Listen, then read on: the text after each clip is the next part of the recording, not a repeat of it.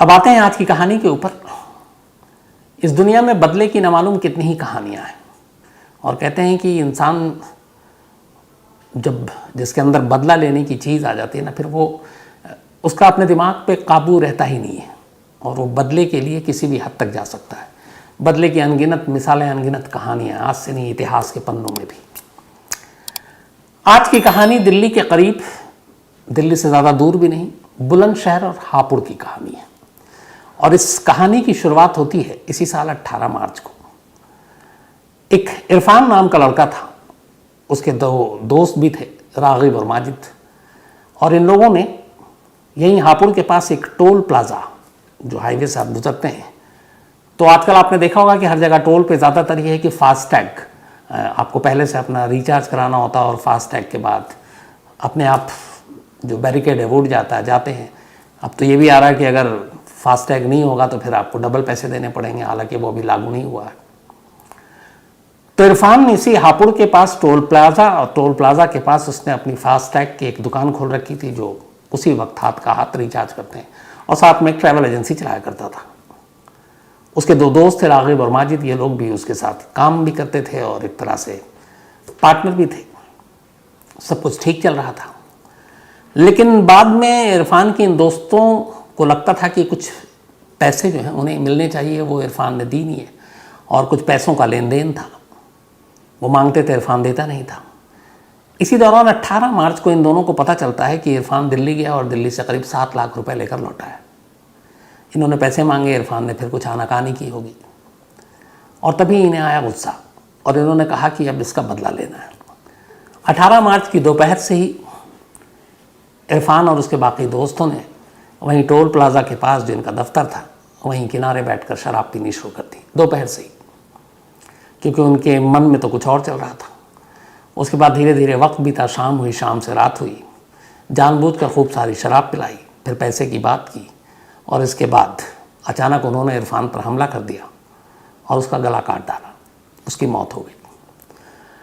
अब रात को मौत होने के बाद इनमें से एक घर से फ़ोन आ रहा था, वो घर चला गया, दूसरा वहीं रहा और पूरी रात वहीं पे बैठा रहा और उसने इरफान की लाश के टुकड़े करने शुरू कर दिए। उसने तेज़धार हथियार से, कहते हैं कि करीब 31 टुकड़े किए, 31, और फिर टुकड़ों को पॉलीथीन में रख कर अलग अलग वो वहाँ से निकल गया। टुकड़ों को उसने अलग रख दिया। अगले दिन सुबह उसने बाकायदा जेबीसी मशीन मंगाई कि दफ्तर के बाहर जहाँ पे ये बना रखा था वहाँ एक गड्ढा करवाना है और वहाँ पे कुछ बनाना है। बाकायदा मशीन आई, 15 फीट गड्ढा किया गया और फिर रात को खामोशी से उन 31 पॉलीथीन जिसमें लाश के टुकड़े थे उसको दफना दिया। दफनाने के बाद वो लोग अपने घर चले गए। इधर इरफान घर लौटा नहीं। घर वालों को पहले लगा काम के सिलसिले में बाहर गया, लेकिन 1-2-3 दिन हो गए, इरफान की खबर नहीं, मोबाइल मिल नहीं रहा है, स्विच ऑफ है। तो घर वालों को ज़्यादा फिर फिक्र होने लगी और इसके बाद आखिरकार इरफान की गुमशुदगी की रिपोर्ट लिखा दी गई। अब इरफान की गुमशुदगी की रिपोर्ट लिखाई तो पुलिस ने तफ्तीश शुरू की। अब पुलिस अपनी जांच में लगी रही, कहाँ था इरफान, ये सारी उसकी जो मोबाइल के कॉल डिटेल जब तक के थे वो मिले। फिर कुछ चश्मदीद मिले, उन्होंने बताया कि 18 मार्च को हमने देखा था, ये लोग साथ में थे, शराब पी थी। अब पुलिस ने उसके उन 2 दोस्तों को टटोलना शुरू किया मोबाइल के ज़रिए, उनके लोकेशन और सारी चीज़ें। पुलिस को शक हुआ और इसी के बाद पुलिस ने उसके उन 2 दोस्तों को उठाया जो 18 मार्च को उसके साथ थे। उठाने के बाद पहले तो उन्होंने इधर उधर घुमाना शुरू किया, लेकिन फिर बता दी सारी बात कि उन्होंने इरफान को मारा है। फिर पूछा गया लाश कहाँ है, तो उन्होंने बताया कि उन्होंने लाश को वहीं पास में गड्ढे में दफना दिया है। इसके बाद पुलिस की मौजूदगी में खुदाई शुरू हुई। गड्ढे के अंदर अलग अलग पॉलीथिन में लाश के अलग अलग टुकड़े। पूरा इलाका सहम गया इस बात को सुनकर। इसके बाद उन लाश को टुकड़ों को निकाला जाता है, उनके घर वालों को सौंपा जाता है और फिर ले जाकर वो उसे दफना देते हैं। अब यहाँ पे ये कहानी ख़त्म हो जाती है। उसके बाद जो कातिल हैं वो दोनों पकड़े जाते हैं, उन्हें जेल भेज दिया जाता है। थोड़ा वक्त बीतता है। मार्च या 18 मार्च का इंसिडेंट था। इसके बाद पूरा अप्रैल बीत गया, फिर मई आ जाती है।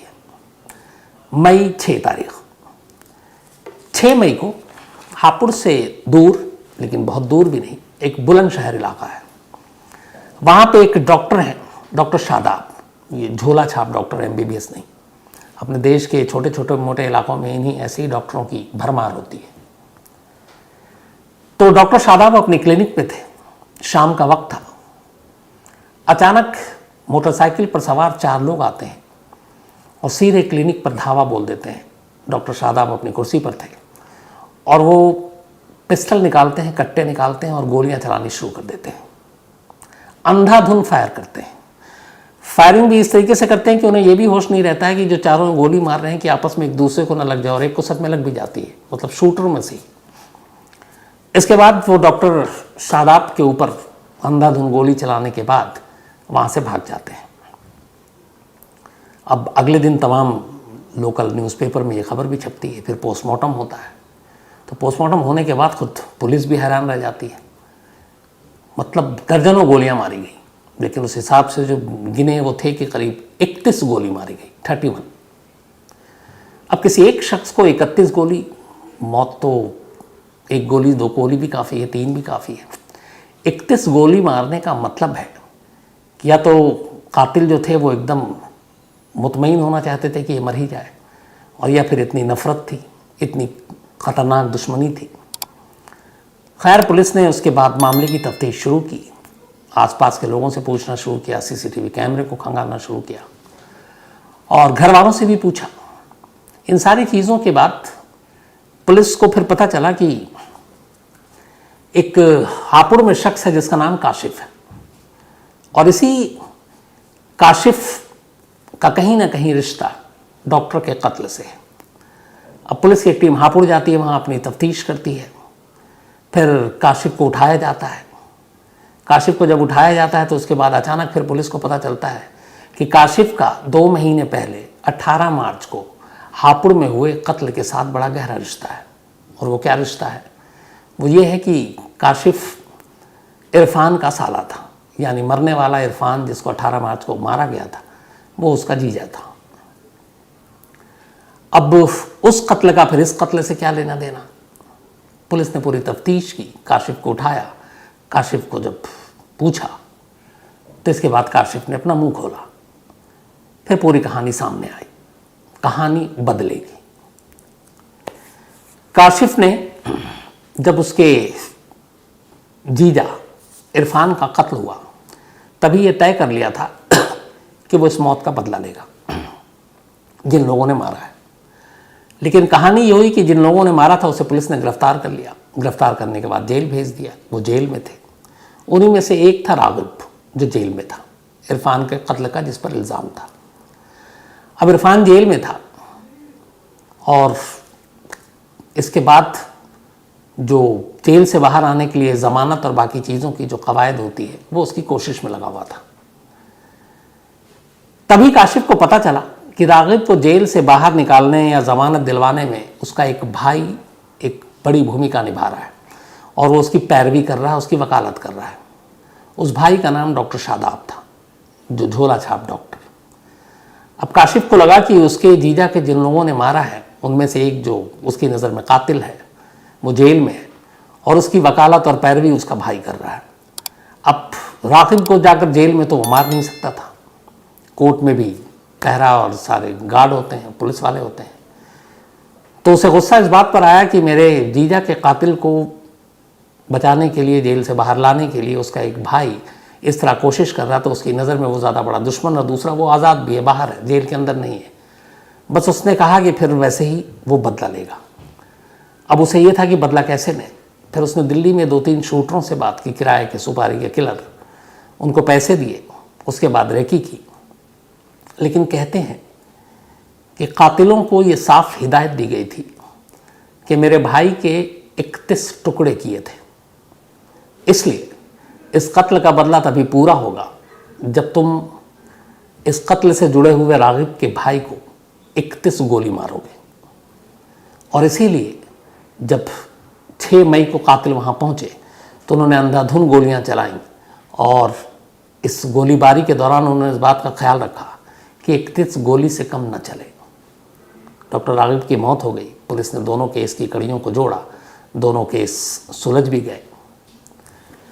लेकिन जब बाद में ये वाली पॉइंट सामने आई और पुलिस ने भी अपने प्रेस कॉन्फ्रेंस में सारी चीज़ें बताई कि कैसे एक लाश के 31 टुकड़े थे और कैसे एक शख्स के जिस्म में 31 गोलियां मारी गई और ये दोनों 31 कॉमन थी और कहीं ना कहीं ये 31 लाइन जो नंबर आए थे इस केस को सुलझाने में, जो डॉक्टर शादाब का मर्डर केस था, पुलिस के लिए एक अहम सबूत और सुराग साबित हुआ।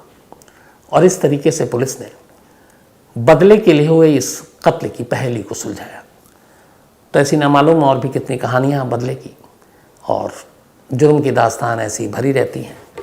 आज कहानी में इतना ही, लेकिन आज कहानी थोड़ी छोटी भी क्योंकि बहुत सारे काम भी हैं और आज तबीयत भी थोड़ी सुस्त सी लग रही है, लेकिन कहा कि ना कहानी हो उससे बेहतर है कि कोई कहानी हो। तो कहानी में इतना ही, लेकिन कहानी ख़त्म करूं उससे पहले वही अपना सिलसिला। आज चंद्रपाल सिंह जी का जन्मदिन है, तो चंद्रपाल जी प्रणाम, आप हमेशा अच्छे रहे, ये मेरी दुआ है। और चंद्रपाल सिंह जी शिकारपुर से, और आप लोगों को बता दूं कि ये अपने विनोद शिकारपुरी के पिताजी हैं। तो पूरी क्राइम तक फैमिली की तरफ से चंद्रकांत जी को बहुत बहुत जन्मदिन की शुभकामनाएं और यही दुआएं, आप हमेशा अच्छे रहें। साथ ही राम कुमार, इनका भी आज जन्मदिन है, तो हैप्पी बर्थडे राम कुमार। और दिवाकर गुप्ता ने भेजा है। इसके अलावा रुधर यादव, इनका भी आज जन्मदिन है। और राजहंस गुजराल जी ने भेजा है। मृत्युंजय, इनका भी बर्थडे है आज, तो हैप्पी बर्थडे मृत्युंजय। तेजस्वी ने भेजा है। साथ ही मितुल मोनापारा, इनका भी आज बर्थडे है, हैप्पी बर्थडे। और जतिन सवानी गुजरात से, उन्होंने भेजा है। हैप्पी बर्थडे संध्या सिंह जी भी, इनका जन्मदिन है। और रवि रंजन जी ने भेजा, उनकी पत्नी है। इसके अलावा करीना जी का भी आज जन्मदिन है, happy birthday Kareena. Advocate Kanta Sharma, इनका भी आज बर्थडे है, तो हैप्पी बर्थडे कांता जी। और विक्रांत जी ने भेजा है। साथ ही अनुराग जायसवाल का भी आज बर्थडे है, तो हैप्पी बर्थडे अनुराग। और सुधीर कुमार ने भेजा, उनके बेटे हैं ये। करीना मीना का भी आज जन्मदिन है, तो हैप्पी बर्थडे करीना मीना जी। और आनंद कुमार जी ने भेजा, उनकी पत्नी है। राहुल श्रीवास्तव दिल्ली से हैं, हैप्पी बर्थडे राहुल, आप हमेशा अच्छे रहो, खुश रहो। इसके अलावा मुस्तहिल खान, इनका भी आज जन्मदिन है, तो हैप्पी बर्थडे मुस्तहिल साहब। और साथ ही इनकी आज एनिवर्सरी भी है, तो इनकी वाइफ मोना खान, आप दोनों को बहुत बहुत डबल बधाई। आकाश सिंह जी, इनका भी आज जन्मदिन है, तो हैप्पी बर्थडे आकाश सिंह जी। और कबीर सिंह के पिताजी हैं ये। इसके अलावा एक और आकाश सिंह है, इनका भी आज जन्मदिन है, तो आपको भी बहुत बहुत बधाई। अमित मेहता, इनका भी आज बर्थडे है, तो हैप्पी बर्थडे अमित। और शालिनी जी ने भेजा है। इसके अलावा Harikesh Yadav, thank you so much आपके इस मेल के लिए। और दूसरा, आपको बहुत बहुत जन्मदिन की बधाई। हर्षित शर्मा, इनका भी आज जन्मदिन है, तो हैप्पी बर्थडे हर्षित, और जयपुर से हैं ये। इसके अलावा अनुष्का का भी आज बर्थडे है, तो हैप्पी बर्थडे अनुष्का। और जानेश्वर पाल जी ने भेजा, उनकी बेटियां हैं। इसके अलावा सुरेश नवले हैं पुणे से, थैंक यू सो मच आपके प्यार भरे मेल के लिए। विशाल भट्ट ने एक कहानी की फरमाइश की है, बिसंजीत भट्टाचार्य जी। इसके अलावा रंजीत चटर्जी, और इसके अलावा राज वैष्णव। ऐसे कई लोगों ने एक मेल करके पूछा कि जो मैंने उस दिन कहानी सुनाई थी कि एक पत्नी जो अपने आशिक के साथ भाग गई और उसकी तलाश में करीब 1 करोड़ रुपए नेवी के कमांडो और बाकी जो कोस्ट गार्ड और पुलिस जो खर्च हुए, ये पैसे कौन देगा और क्या उस महिला के खिलाफ मामला बनेगा। तो इसमें अभी कानूनी अड़चन है। एक, उस महिला ने कभी कहीं ये नहीं कहा था कि मैं मतलब मर गई हूँ या मैं गायब हो गई हूँ, तो और अनजान भी थे उसके पति जो था। तो अब पति ने जो भी कहा उसको माना गया, क्योंकि एक मानवीय पहलू भी है। लेकिन अब उसने जो कुछ किया, उसमें पहली शादी शुदा होते हुए बिना डिवोर्स के उसने दूसरी शादी की है। कहीं ना कहीं अगर उसका पति चाहे तो ये केस बन सकता है, बनेगा। लेकिन तलाश पे जो पैसे खर्च हुए, इसमें अभी तक जो मैंने कानूनी जानकार से वहाँ पूछा, तो उसमें ये क्लियर नहीं है, इसलिए कि पति सचमुच मुझसे नहीं मालूम था कि उसकी पत्नी भाग गई है। उसे यही था कि गुमान शायद समंदर की लहरों में डूब गई। पत्नी ने भी ये नहीं कहा था कि मेरी तलाश में तुम लोग एक हेलीकॉप्टर और जहाज़ लगाओ। तो उस वक्त पति ने जो किया, उसे जो बेहतर लगा उसने किया, और जो नेवी और कोस्ट गार्ड ने किया, उनको जो मतलब लगा कि उनका फ़र्ज़ है, तो वो किया। तो आने वाले वक्त में इसके बारे में क्या फ़ैसला होता